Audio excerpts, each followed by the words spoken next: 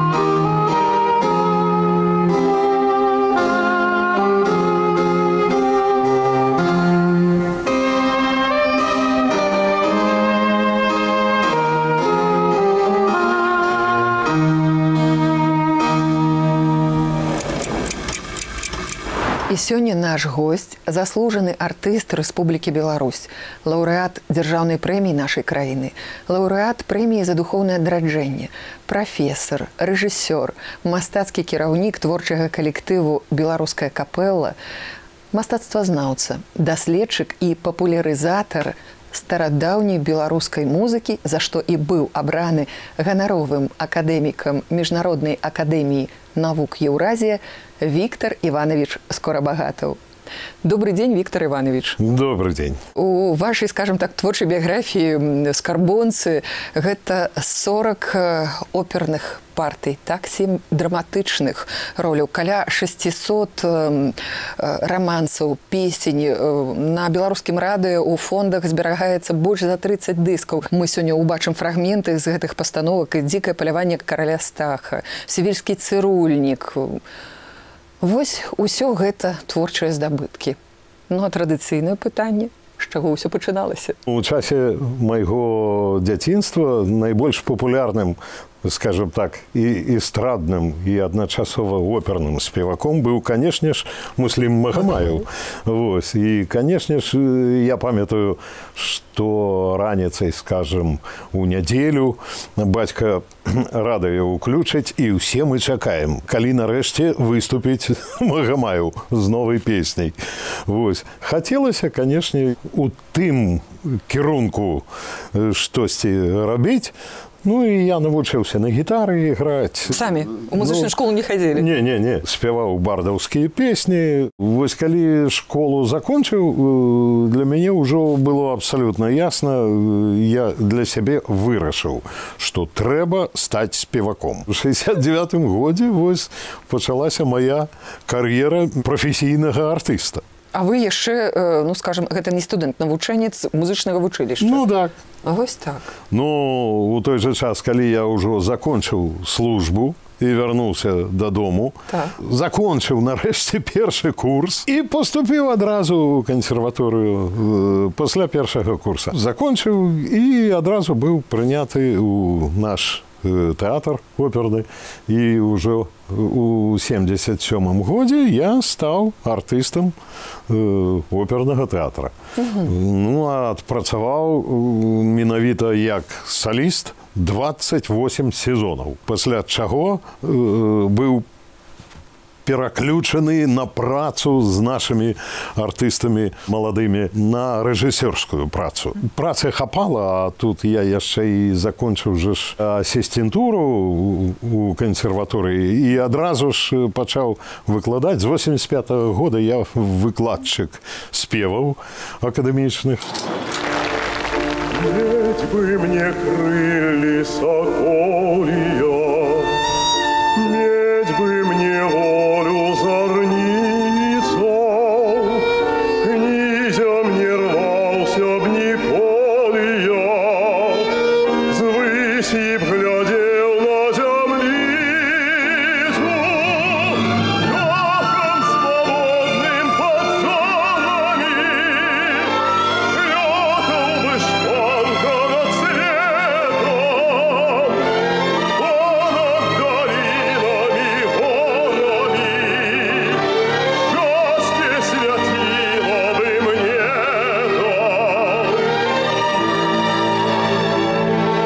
Оком ночницы прогреть зеста, утаивался губы за столы, был бы сам далее незвездистой, далее свободы и славы,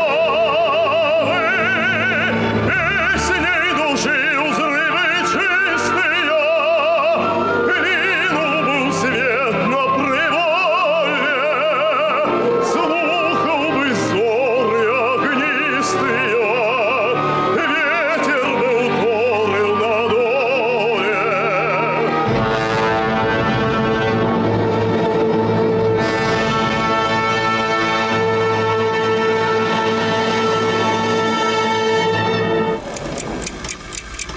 Віктор Іванович, і вось што яшчэ было ў вашым жыцці. Не ўсім оперным спевакам пашчасціць, так як вам, прайсці стажыроўку ў міланскім тэатры Ла Скала. Раскажыце, калі ласка, вось пра гэта. Мне пашчасціла, сапраўды пашчасціла туды трапіць на стажыроўку. Гэта быў год тэатральны 80-го, 81-го года. Я патрапіў у вельмі цікавы такі момант, бо галоўным дырыжорам Ла Скала на той момант быў Аббадо, і ён практычна ўсе свае спектаклі вёў. А яшчэ там запрошаны былі такія артысты, якія сёння абсалютная легенда для сучасных спевакоў, якія былі б рады хаця б проста пабачыць, не тое, што з імі стасавацца. Гэта абразцова, скажем, на той момант працавала у Ла Скала. Гэта Геураў Мікалай, бас знакаміты. Зоркі сусветнага маштабу. Джульетта Семянато вела у нас вакальнае майстэрства, тым не менш, гэта школа ўжо оперных спевакоў, а не студэнтаў. Хацелася мне запытацца, што такое стажыроўка? Вы вучылі партыі? Ці гэта нейкі асобны спектакль, ці фрагменты? Мы праходзілі нейкі канцэртны рэпертуар, у якім сэнсе канцэртны? У сэнсе оперных арый. Так. І праходзілі абавязкова нейкую оперу, якую трэба было вывучыць. І я паспытаўся Штейна, якую мне оперу там вывучыць. Так. А ён збіраўся ставіць фаварытку Даніцетці. І я вучыў там караля Альфонсо. Так здарылася, што па якой прычыне не ведаю, адмовіліся паставіць гэты спектакль у тэатры. Тым не менш, фрагменты гэтай партыі я з аркестрам радыё ўсё ж такі запісаў. Так што ў фондах радыё ёсць у маім выкананні кароль Альфонсо з оперы Даніцетці «Фаварытка».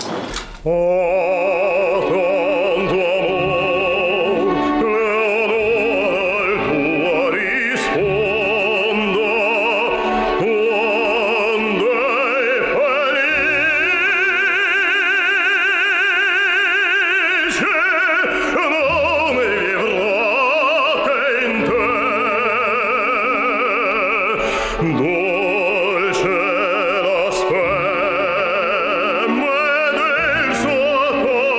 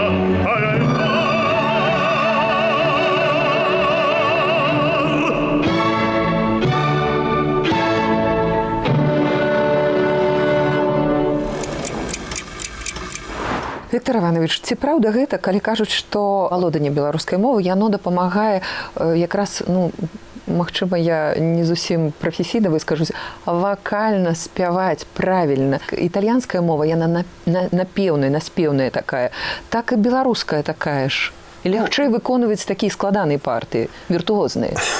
Ці гэта міф? У гэтым сэнсе, як педагог, магу сказаць, што я не ведаю такіх моваў, у якіх няма галосных і, а, о, у. Спяваюць менавіта на галосных. Пераклады рабіліся ў 19 стагоддзі. І школы перакладання яшчэ той, якой карыстаюцца сёння, абсалютная, каб была рытмічнасць адпаведная нотнаму тэксту. Каб не было збегу, скажем, галосных або зычных і гэтак далей. Я прыведу толькі адзін прыклад. Скажем, романс Шуберта «Прыгажуня млынарка», першы нумар «В движении мельник жизнь ведет в движении». Паспрабуйце праспяваць гэтую фразу. Альбо без страты галоснай, альбо без страты ноты. Перакладчык не меў на ўвазе, што гэта будзе спявацца. Ён перакладаў вершы. А адна справа, калі вершы гэты чытаеш, і зусім другая справа, калі спяваеш. Вось Васіль Сергеевич Сёмуха, ведаючы гэта, пераклаў на беларускую мову «Дарога кліча млына гара, дарога». І ніякіх праблем. Мы зараз звернемся да нашых архіваў. Я прапаную узгадаць опера «У пушчах Палесе». У 1939 годзе была ўпершыню пастаўлена беларускамоўная опера Анатолія Багатырова «У пушчах Палесе» паводле Якуба Коласа «Дрыгва». Годзе, иди додому лепш. Не пойду. Где ж денешься? Ничего. Свет великий, и люди есть на них. Андрей! Так я. Я ведаю, кому ты бережешь и ласку, и свою любовь, коли не будет этого николи чуешь, как парабок мою Бог тебе. Ему я не отдам моей красуни, все это мое. Я жалел, пусти. Шаленый я теперь, шаленый! Ха-ха-ха! У 80-м годзе мы зрабілі гуказапіс усёй оперы. І толькі праз 2 гады, у 82-м годзе, зрабілі здымкі мастацкага фільма паводле той фанаграмы. Цікава было у якім сэнсе. Мне, напрыклад, было цікава. Я гэта ведаю як артыст, што адмоўныя ролі граць значна цікавей, чым станоўчыя. І калі быў вось такі выбар альбо адмоўную ролю, альбо станоўчую, я, канешне ж, выбраў адмоўную ролю. І з задавальненнем яе сыграў. Віктор Іванович, вось якія водгукі былі на гэтую экранізацыю, на гэты тэлефільм? Вельмі цікавыя былі водгукі, станоўчыя абсалютна. Для нас усё ж такі самым галоўным аргументам было, як паставіўся да гэтага Анатолий Васильевич Багатыров. Зразумела. Конечно. А яму вельмі спадабалася ўсё. З'явілася беларуская мова у оперным жанры ў 1852 годзе, у якім і была пастаўлена опера Станіслава Манюшкі на лібрэта, Дуніна Марцінкевіча «Селянка», яна ж «Ідылія». Толькі ў 70-е гады пачалі з'яўляцца оперы, якія ўжо адышлі ад сацыялістычнага рэалізму. Гэта ад пралетарскай культуры. Гэта, па-першае, была Джордано Бруно Кортеса опера, па-другое, сівую легенду стварыў Смольскі, Дмітрый Браніславович. Вось ад таго моманту пачалося развіццё, натуральнае развіццё жанра оперы ў Беларусі. Паглядзіце оперы таго ж Солтана «Дзікае паляванне», да, «Караля Астаха». Хочам паглядзець. А вось давайте, мы згадаем зараз фрагмент, і вы пракаментируеце. Ну, калі ласка.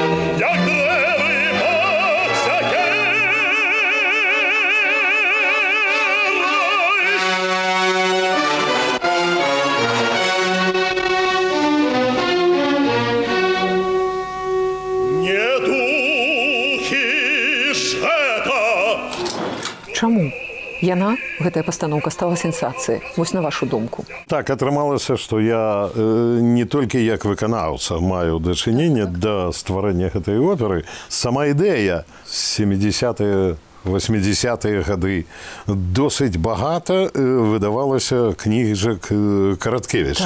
Так. І я іх абавязкова набываў, чытаў і памятаю, што хацеў вельмі з ім пазнаёміцца і вырашыў у 84-м годзе, што абавязкова вось мы вернемся з гастроляў і першае, што я зраблю, пазнаёмлюся з Караткевічам. І ў часе нашых гастроляў прыйшла вестка пра ягоную смерць. Яшчэ раз на той момант, памятаю, перачытаў увесь збор твораў Караткевіча і прыйшоў да высновы, што найбольш такім сюжэтам, які мае магчымасць быць увасобленым у якасці оперы, з'яўляецца «Дзікае паляванне».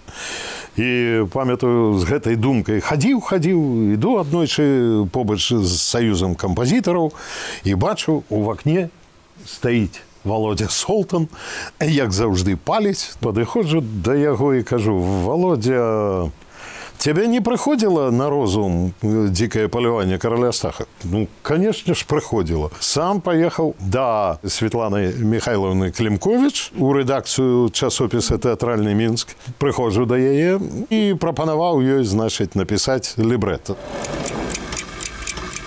Сівільскі цырульнік, мы ўзгадывалі яго.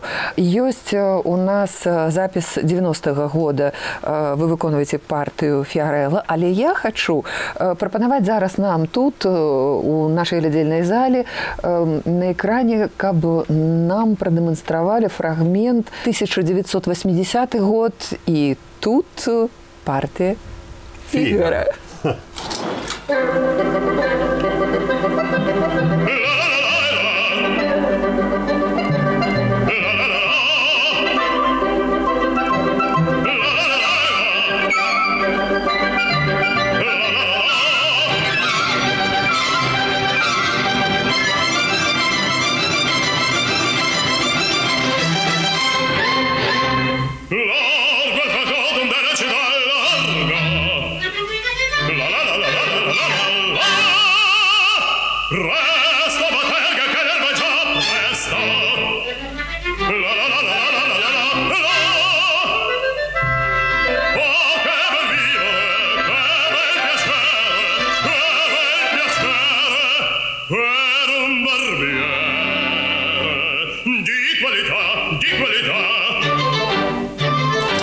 Успаміны цікавыя. Ярослав Антонович мне прапанаваў праспяваць Фіарэлло і афіцэра.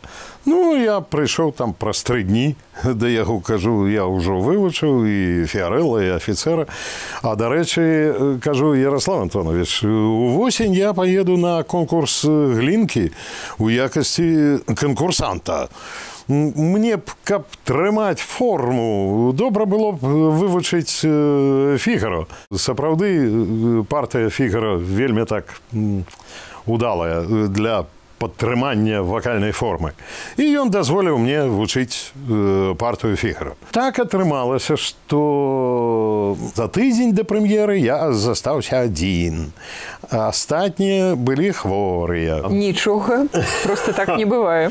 Просто так і не было. Ну і фінальную соль, значит, вот Яков. Ярослав Антонович трымае руку, маўляў, фермату як мага больш працяглую і ўжо пачынае штосьці ў вачах такое цямнець. І калі ўсё ж такі я ўбачыў, што ён мяне здымае фермату, Каков, я пачуў некі трэск такі, думаю, штосьці там трэснула наверсе. Ну, калі вочы пачалі бачыць, ну, ціск спадае, і я ўбачыў, што гэта рэакцыя зала. Уся зала стаіць, і гэта такія апладысменты. Шалёныя апладысменты. Да. Вось так я дэбютаваў у партыі Фігара ў Севільскім цырульніку. Віктор Іванович, яшчэ адзін від дзейнасці вашай даследчай. У 1992 годзе арганізавана, ну, тады творчае аб'яднанне, так, беларуская капэла. Нотаў на той момант беларускіх было, ну, страшна мала у Беларусі. І прыходзілася здабываць іх вельмі з вялікімі цяжкасцямі. І пачалі такі цыкл праграм. Анталогія беларускай вакальнай музыкі. Ну і калі уразумелі, што ёсць, пачынаючы з 17 стагоддзя як мінімум, сольныя вакальныя творы, то чаму ж, што павінны быць, ну, і скрыпічныя, і фортэпіянныя, там, ну, і гэтак далей, гэтак далей. Вакальна-інструментальна ўсё павінна быць. Усё павінна быць. Куды ж яно дзівалася? Высветлілася такая сітуацыя, што, ну, нас так вучылі, што акадэмічныя формы музычнага мастацтва яны ў Беларусі з'явіліся пасля 17-го года. Пасля 17-го года. А сам пра сябе думаю. Ну, скажем, Калужская царква ў Гародні стаіць 1000 год. Ну, хто ж не ведае з вернікаў, што малітвы ў царкве не прамаўляюцца, а спяваюцца. А што ж спявалі 900 год таму, 800 год таму? Гэта ж зразумела, што нас проста, ну, падманвалі ў пэўным сэнсе. У нашых суседзяў, у Расіі, у Латвіі, Літве, Польшчы, Украіне ёсць класічная мастацкая, ну, спадчына мінулых стагоддзяў. У Беларусі няма? Як гэта? Побач ёсць, а менавіта тут няма. Ну, гэта штосьці з чымсьці. Мы пачалі думаць, як гэта магло так стацца, а тут кантабеле, полацкі сшытак, так. А тут, значыць, прывозіць Оля Дадзіёмова з Варшавы агатку. Пайшло-паехала. І мы вырашылі, што трэба сабраць усю на той момант інфармацыю і зрабіць фестываль. Мы зрабілі яго. Яшчэ ў савецкім часе, у лістападзе 91-го года, зрабілі фестываль, першы фестываль адраджэння беларускай капэлы. Ну і пайшло-паехала. У 92-м годзе гэта ўжо быў заснаваны калектыў, як такі стабільны аддзел опернага тэатра. Збор інфармацыі – гэта адзін момант. Мы асэнсоўваем яго – гэта другі момант.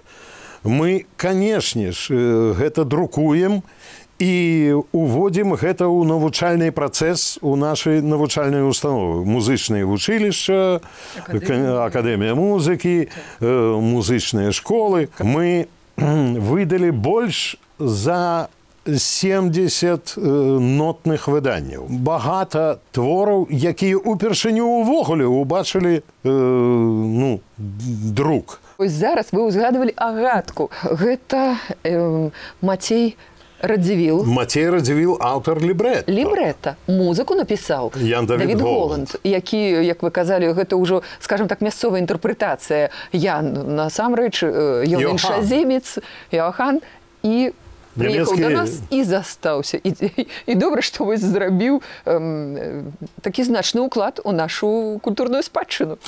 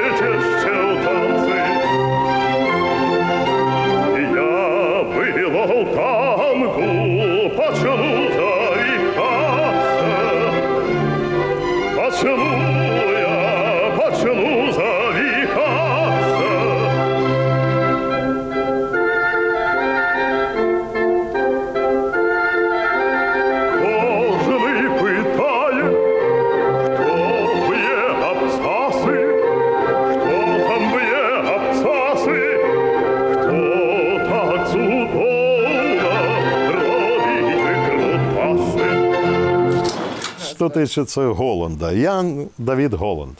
Йоган Давід Холланд. Ён нарадзіўся ў Гамбургу, там жыў, там быў сябрам, між іншым, сына Йогана Себастьяна Баха. Жонка памерла, і ён праз некаторы час ажаніўся і, вандруючы па Еўропе, апынуўся ў Рэчы Паспалітай, дзе яго нейкім чынам пані каханку запрасіў у Нясвіж папрацаваць. Ён працаваў 20 год у Нясвіжы. Пасля больш за 20 год быў прафесарам Віленскага універсітэта.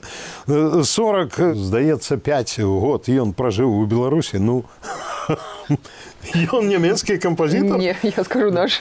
Нямецкага паходжання, конечно. Нямецкага паходжання. Мацей Радзівіл, ён жа ж і выдатны кампазітар, між іншым, быў. Тым не менш, вось высветлілася, што ён архівыдатны паэт.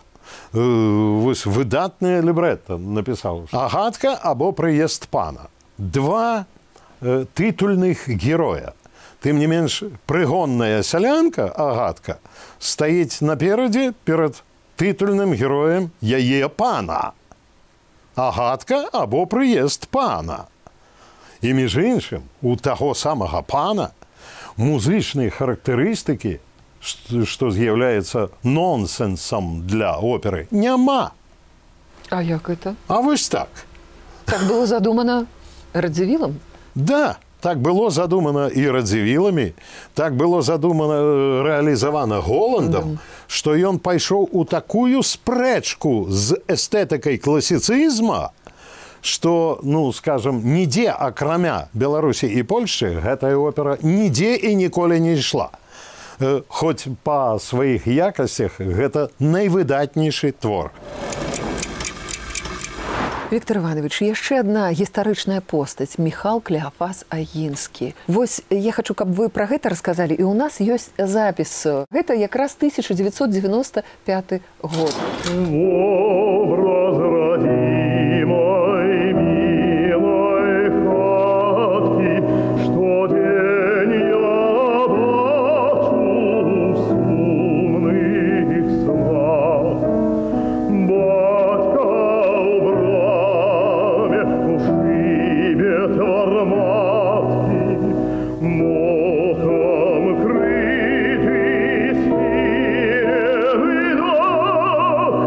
Скликаю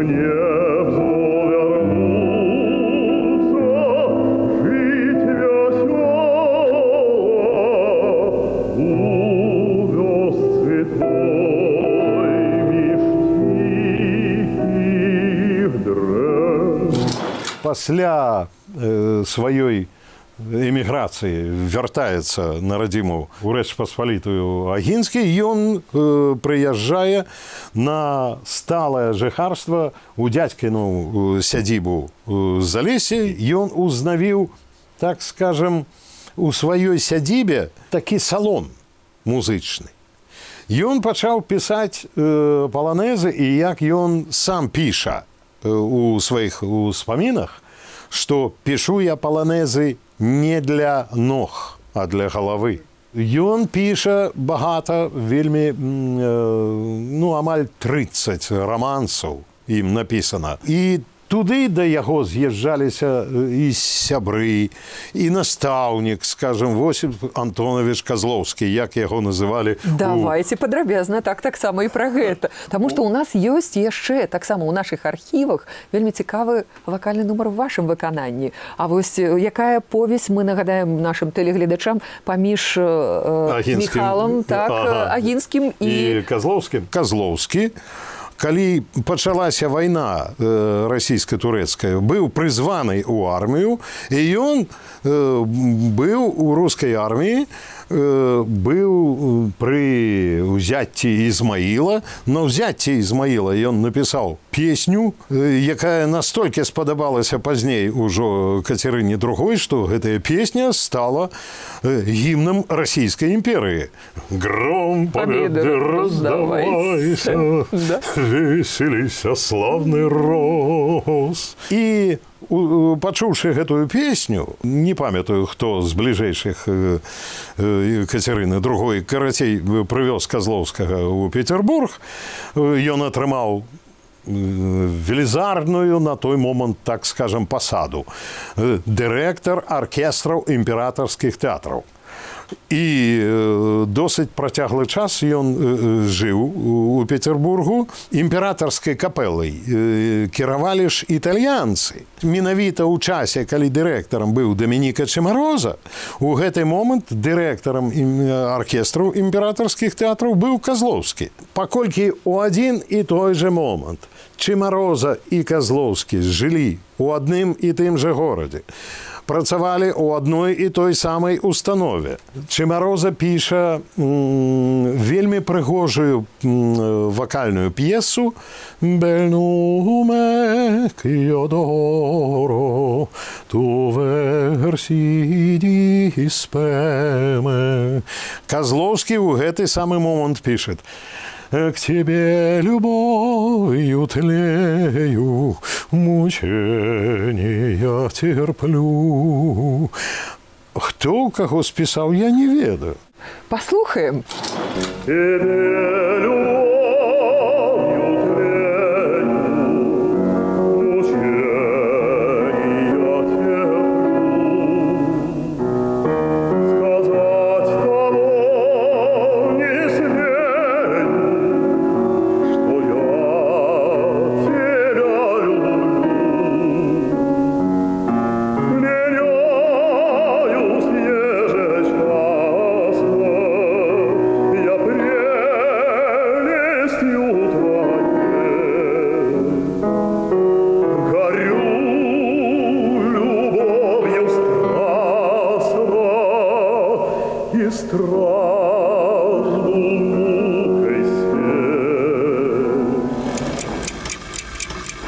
Мы зрабілі вам, я думаю, такі прыемны падарунак, можна ўзгадаць запісы мінулых гадоў, а вы зрабілі для нас і нашых тэлегледачоў таксама прыемны, скажем так, падарунак. Прынесці сюды ў студыю мы можам зараз, хаця б паказаць кнігі, якія і зборнікі, якія апублікаваны ў самы розны час.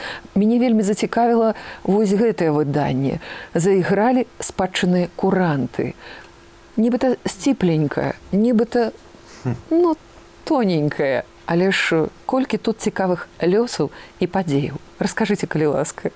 Справа ў тым, што я не збіраўся увогуле пісаць кніжкі, мяне вельмі падштурхнулі на гэтую працу Владимир Иосифович Мархель, няма яго з намі. І, дарэчы, і ў гэтым годзе ўжо не стала Шавыркіна Міхася, які за мной паўгода хадзіў, і мы суседзі проста па дамах, і хадзіў за мной і казаў: ты павінен напісаць, значыць, цыкл нарысаў для часопіса «Роднае слова». А ён быў галоўны рэдактар гэтага часопіса. І я казаў: адстань, Міхась, не буду, я ж не даследчык. Ну, ты так расказваеш са сцэны гэтыя рэчы, што які ж ты не даследчык. Даследчык. Каб ён адстаў ад мяне, я кажу: добра, я згаджуся, ну, толькі на той падставе, што ты побач з тэкстамі будзеш друкаваць ноты. І ён сказаў: добра. Опа. І я папаўся. І 3 з гакам гады я пісаў штомесяц у часопіс «Роднае слова» артыкул, ноты друкавалі мы. І пасля, сабраўшы гэтыя артыкулы, гэта ўжо ідэя была Мархеля, я, значыць, выдаў кніжку «Зайгралі спадчынныя куранты». Я напісаў гэтую кнігу пра тыя творы, да якіх я сам меў дачыненне, якія я сам праспяваў, пачынаючы ад полацкага сшытку і да сённяшняга, ну, амаль сённяшняга дня. Тыя самыя народныя песні. Народныя песні. Вам ніколі не прыходзіла ў голову, што штосьці тут не так, калі называюць зорку Венеру народнай песняй? Ну, як можа быць народнай песняй, калі там словы Богдановича? Конечно. Тое самае «Шумныя бярозы» на вершы Янкі Купалы. Пішуць: беларуская народная песня у апрацоўцы Пукста. Ды не, у мяне ёсць нават ягоны рукой Пукста напісаны клавір «Шумныя бярозы». Лепшы доказ. Да. Ці, ну, так здараецца, бывае. Ну, бывайце здаровы. Хто з наших... Так, Люба. Хто б сказав, що ён? Народная песня. Народная песня. Не, ну тут ёсць свая цікавасць.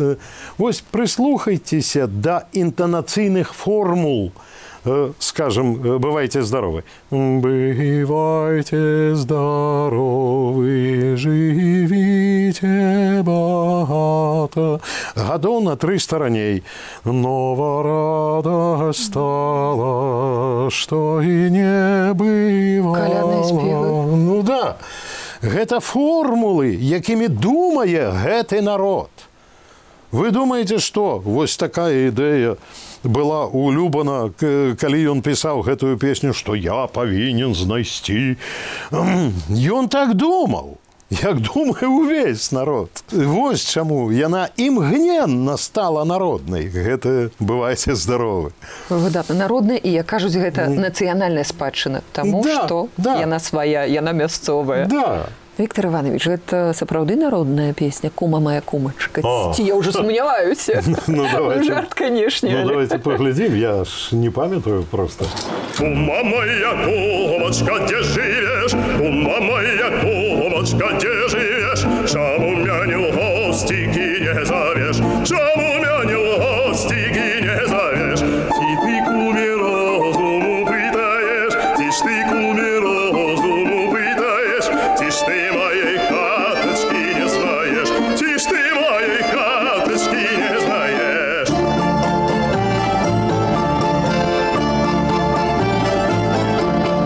А вы моя хаточка ля воды, а вы моя хаточка ля воды, с высокого тела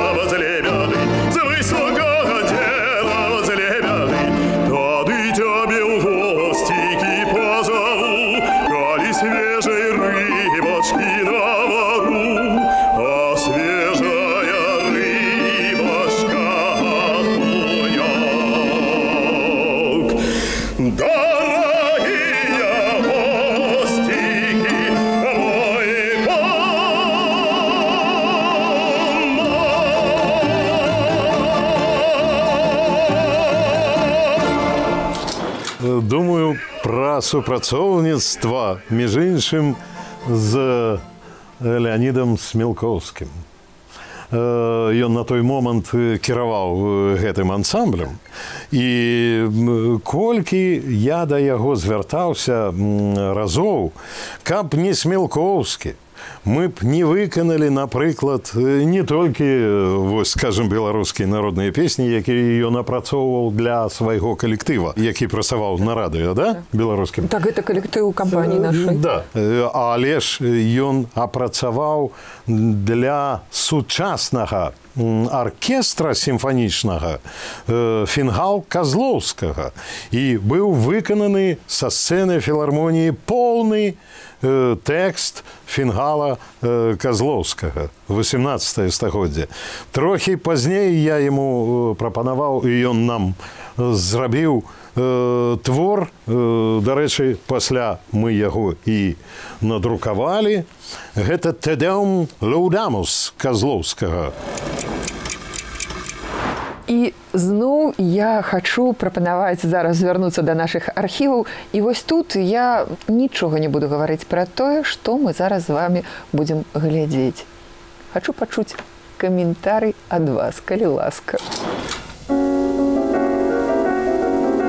Звери по небу летят, щука родила котят, выползают из болот, кто совсем не знает нот. Модернисты, реалисты лезут в шуберты и в листы, эти лозунги поет, крокодильщикам салют. Размышляют два кита.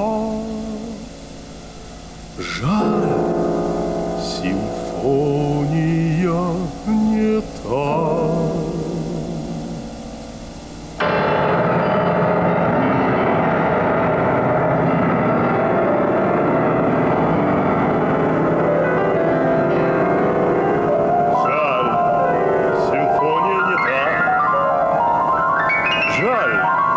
Симфония не та.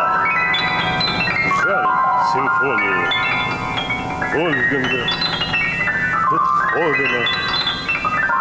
Жаль, Алябьева, Соловья.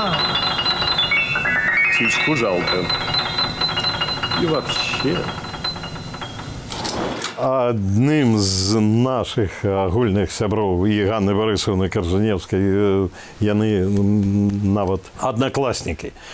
І мой вельмі вялікі сябра Александр Друкт аднойчы мне прынёс такую п'еску, вакальную сатыру. І кажа, праспявай яе.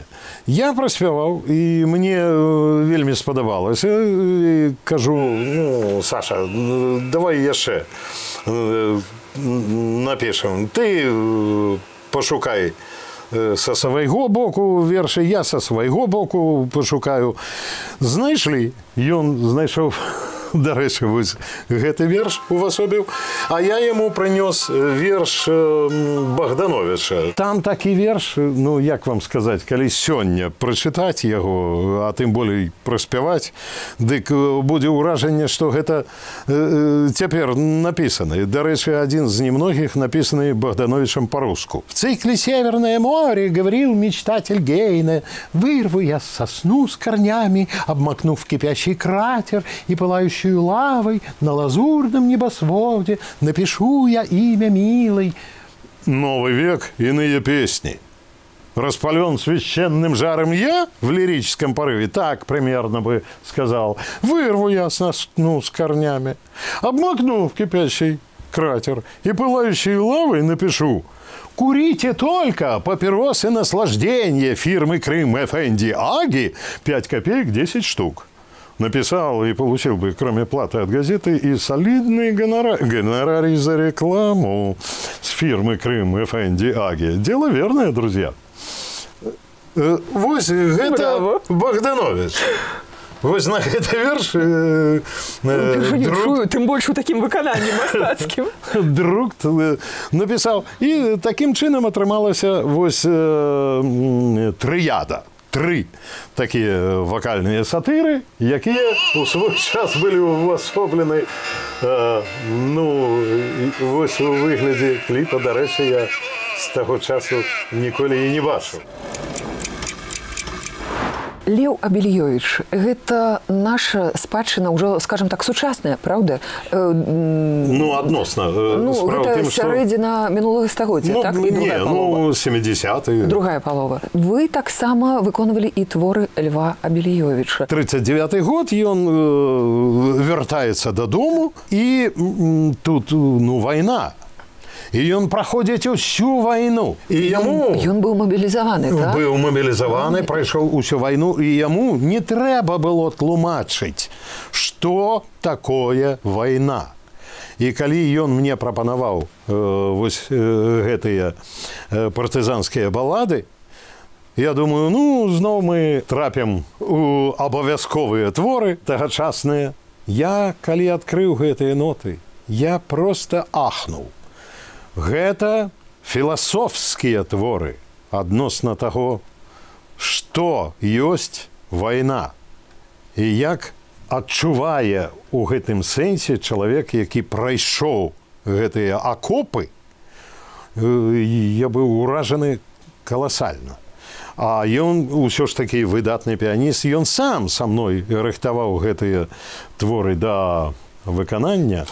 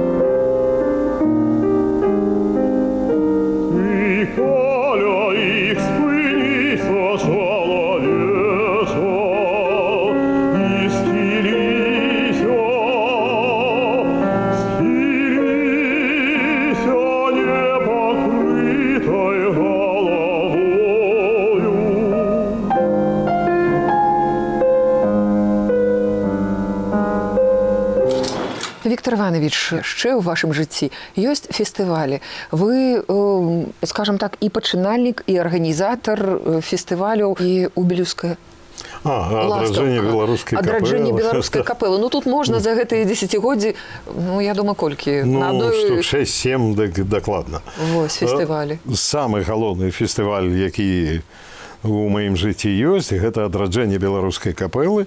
І з 91-го года, вось у гэтым годзе мы заканчваем 26-й фестываль. Самі творы яшчэ не адроджаны. І вось тое, што мы адрадзілі, а гэта творчасць амаль 200 кампазітараў, пачынаючы ад 12 стагоддзя хваласпевы ў гонар Ефрасіні Поласкай і нават, як не парадаксальна, 20 стагоддзя. Нават у 20 стагоддзі вось такія здараюцца адкрыцці імёнаў, спадчыны, што ўжо казаць пра 19-18, трэба капаць, капаць і капаць. Ну, вось і копаем. Виктор Иванович, час нашей программы, на жаль, заканчивается. Я хочу вам подяковать за то, что вы были гостем нашей глядзельной залы, то, что вы прымалі удзел у нашей программе, то, что поделились своими ведами, ураженнями, успоминами. Я жадаю вам поспехов вось у гэтым копанні, жарт, у ваших пошуках. Добра, что у вас есть по жыцці аднадумцы. Менавіта іх падтрымка, праўда, яна вельмі дапамагае па жыцці. Таму здароўя і вам, і ім, творчага плёну, добрых вучняў. Дякую. У фондах Белтэлерадыёкампаніі захоўваюцца дзесяткі тысяч адзінак дакументальных відэаматэрыялаў пра розныя культурныя падзеі, пра выдатных асоб нашай краіны. Больш падрабязную інфармацыю вы можаце знайсці на нашым сайце archiv.tvr.by. До новых сустрэч!